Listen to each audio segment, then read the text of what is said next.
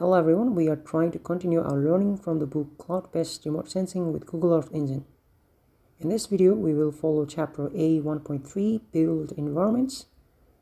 To briefly summarize ahead, this chapter presents the great potential of the Earth Engine platform for vector-based analysis.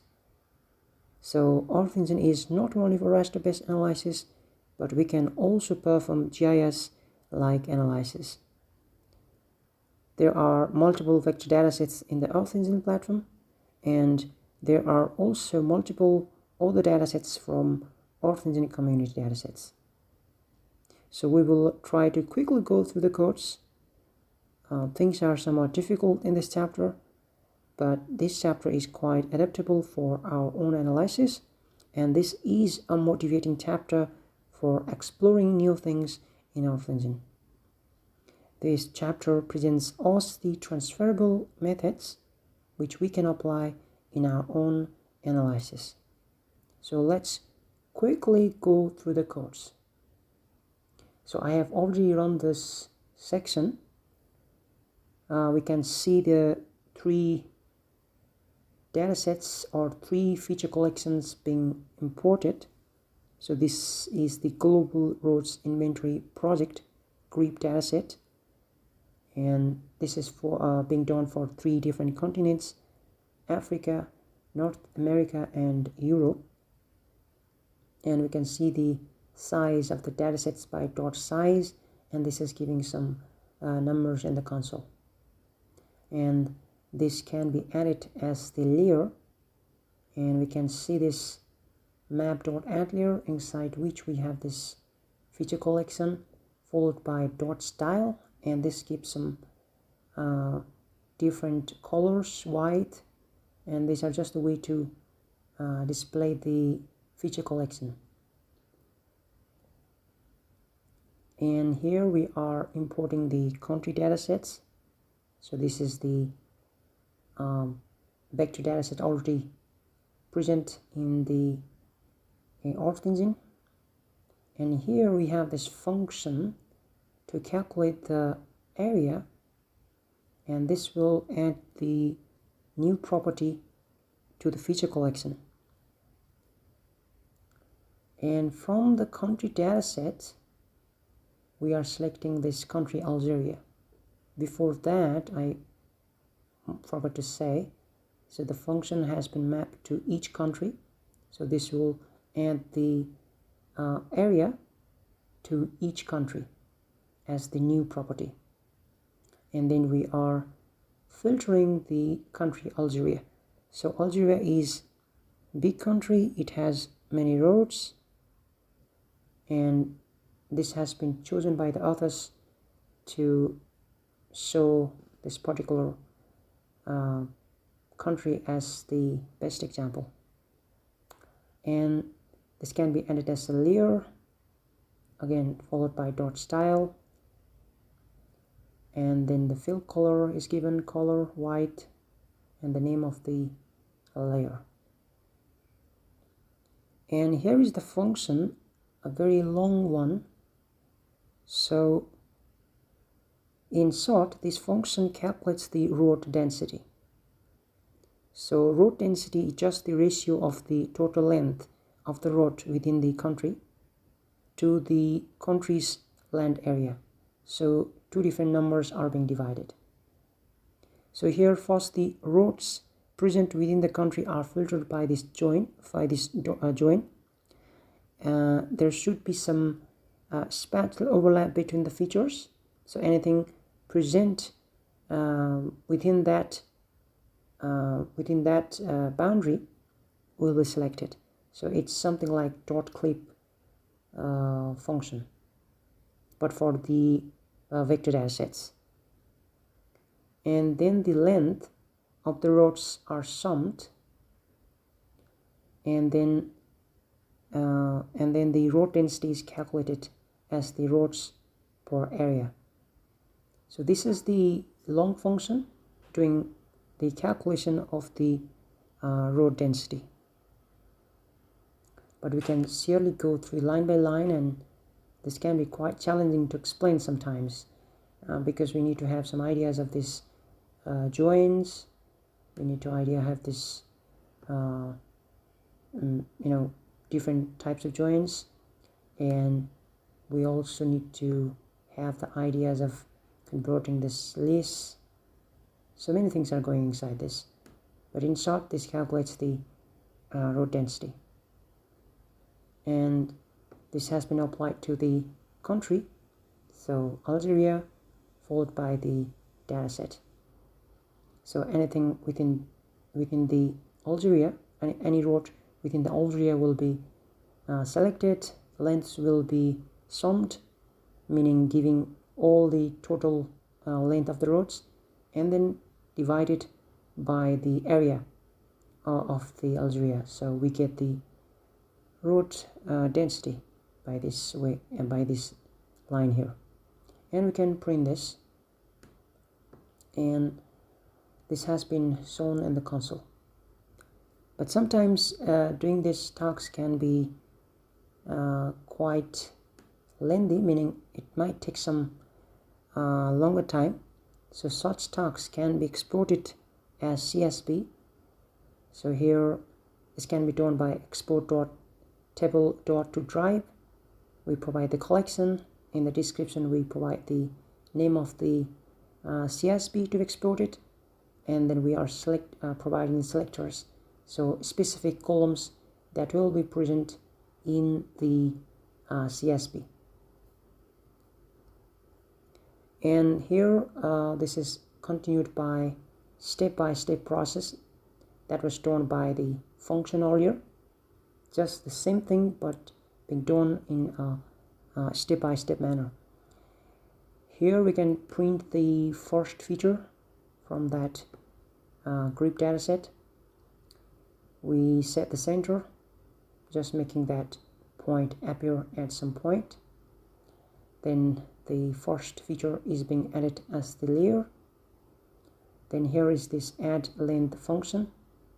So this will add the length in kilometer.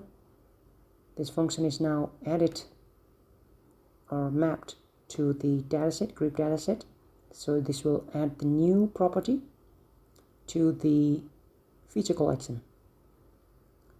And again, we can see what has been added as the new property. And then here, this dataset is being filtered or filter bounded by this country. And again, this is being added as the layer. And this here, we can see dot style again. So this is the way to provide some properties for the visualization, providing color, white, and the name of that layer. And here we can see the new function again. Sorry, not exactly the function, but way to find the length of the road. So here we see dot reduce columns, and then ee.reducer.sum, and this will find the total length, sum all the length of the road. And this can be added or printed as in the console. So here we can see the length of all the roads. And here this has been continued to show us the other way. In this way we are not exactly doing things as the vectors. So the vectors are being converted into the raster, and some performance or some analysis is being done. So what's being done here is that the roads, which are the vectors, are being interpolated as the image. So this is being done by dot reduced regions, and these reduced regions are used to calculate the area of the road pixels. So first the vector datasets were converted into the rasters, and the scale has been set as 100, and the results are divided by 1000, and then a squared root is applied to transform the length to kilometer. And the similar things have been done for the other countries as well. And the final result has been printed. So I quickly went through this.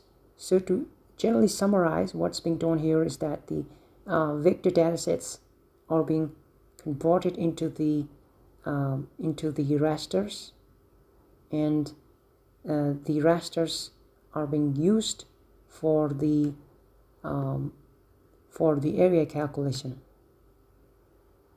So that's what's being done here. So I quickly went through this. And here is this example, the new one. And in this example, the overlap between the roads and the transmission lines is being analyzed. So it tries to find the overlap between the roads and the transmission lines which are present nearby. And for this global power system data has been used. So again, we can see this import roads data. We are importing 3 different feature collections. We now add the length in the kilometer for each of the feature collection here, and these roads are being converted into the raster, and the countries are being imported, and then Africa continent is being filtered. So here the main important one is the global power transmission lines, and then this transmission line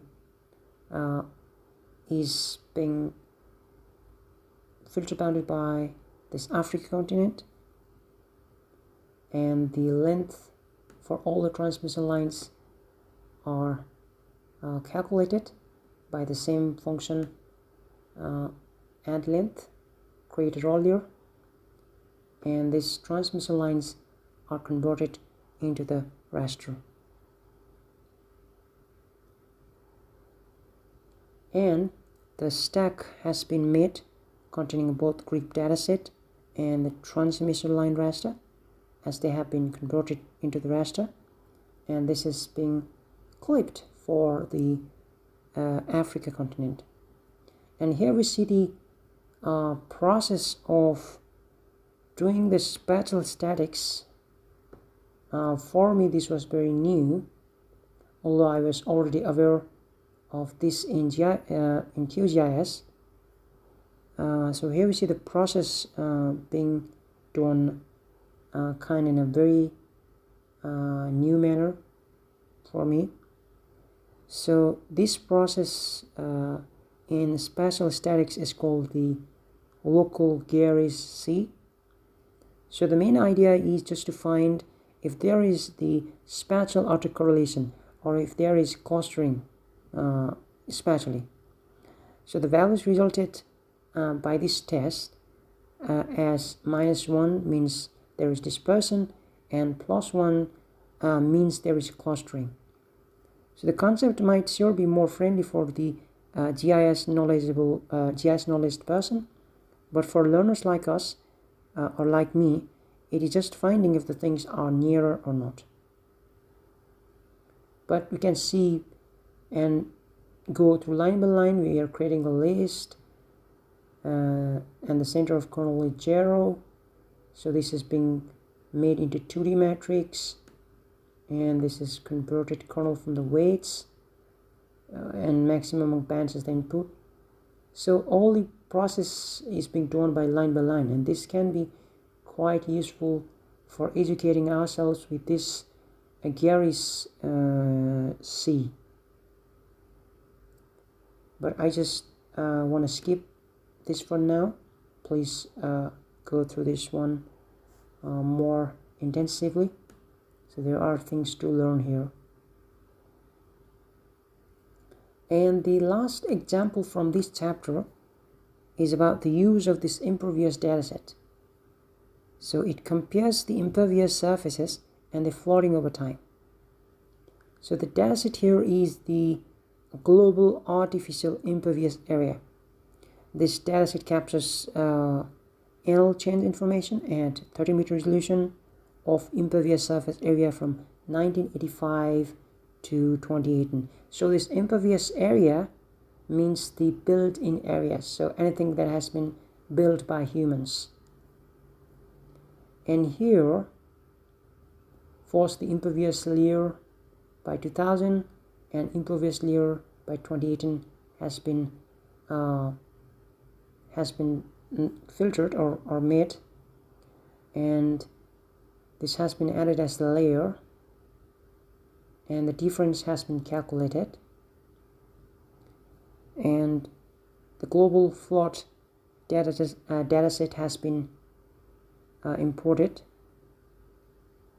and the global flood dataset has been masked by the permanent water. And in the difference of the impervious layer, so here this one is the important. In the difference of the impervious layer, mask has been applied only to see the area of the floodplains greater than 1. And finally, the states which have developed the greatest impervious surfaces in floodplain areas are printed in the console. So again, this is I quickly went through this. So to summarize here, there are two different impervious variables here, one by 2000 and other by 2018. These were subtracted, and the subtracted layer was used for the finding of the anything that's being built near the flooded area. So that is the main objective here. And finally, the five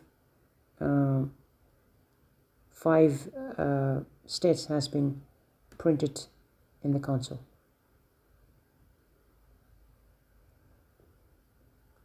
So I quickly tried to go through the chapter. This chapter is was quite new for me in terms, because I usually see the raster analysis, but this might be very useful for anyone interested in learning GIS, and there are many things to learn. I quickly jumped through the codes. I apologize for that, but anything if you like to discuss, you can comment and we can try to talk more about that. So in this video I want to I just went through that, and I want to say thank you for watching.